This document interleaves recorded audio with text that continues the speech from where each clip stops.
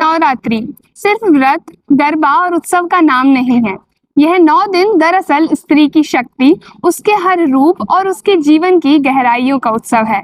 आइए समझाते हैं आपको कि हर देवी का एक रूप स्त्री जीवन से कैसे जुड़ता है।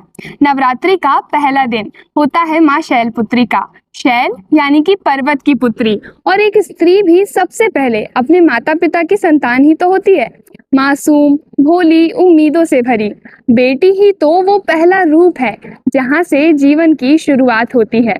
दूसरे दिन पूजी जाती है माँ ब्रह्मचारिणी।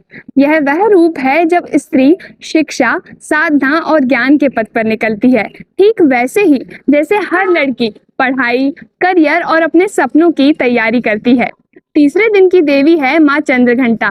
यह विवाह के बाद का रूप है जब एक स्त्री अपने नए घर में प्रवेश करती है, अपनी कोमलता के साथ साथ साहस और जिम्मेदारी भी साथ लेकर चलती है। चौथे दिन आती है माँ कूष्मांडा। इन्हें सृष्टि की जननी कहा जाता है और यही वह पड़ाव है जब एक स्त्री माँ बनकर नई जिंदगी को जन्म देती है, पालन पोषण करती है, प्रेम और त्याग का सागर बन जाती है। पांचवें दिन माँ स्कंद माता की पूजा होती है। यह रूप उस माँ का प्रतीक है जो सिर्फ जन्म ही नहीं देती बल्कि अपने बच्चों को सुरक्षा, संस्कार और साहस भी देती है।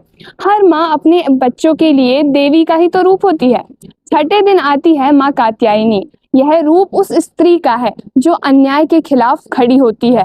यह वह पड़ाव है जब सिर्फ बेटी या बहू नहीं बल्कि खुद की पहचान बनाती है एक स्त्री, साहस, आत्मनिर्भरता और विद्रोह की ताकत बन जाती है। सातवें दिन की देवी है माँ कालरात्रि। यह वह शक्ति है जो अपने परिवार, समाज और संस्कृति की रक्षा के लिए किसी भी संकट से लड़ सकती है। हर स्त्री के भीतर ये योद्धा छिपा होता है।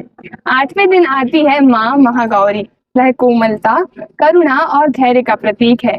एक स्त्री चाहे जितनी भी परिस्थितियों से गुजरे, उसकी आत्मा उतनी ही शुद्ध और पवित्र रहती है। 9वां दिन होता है माँ सिद्धिदात्री का। यह वह अवस्था है जब स्त्री जीवन के हर रूप को जीकर संपूर्ण हो जाती है।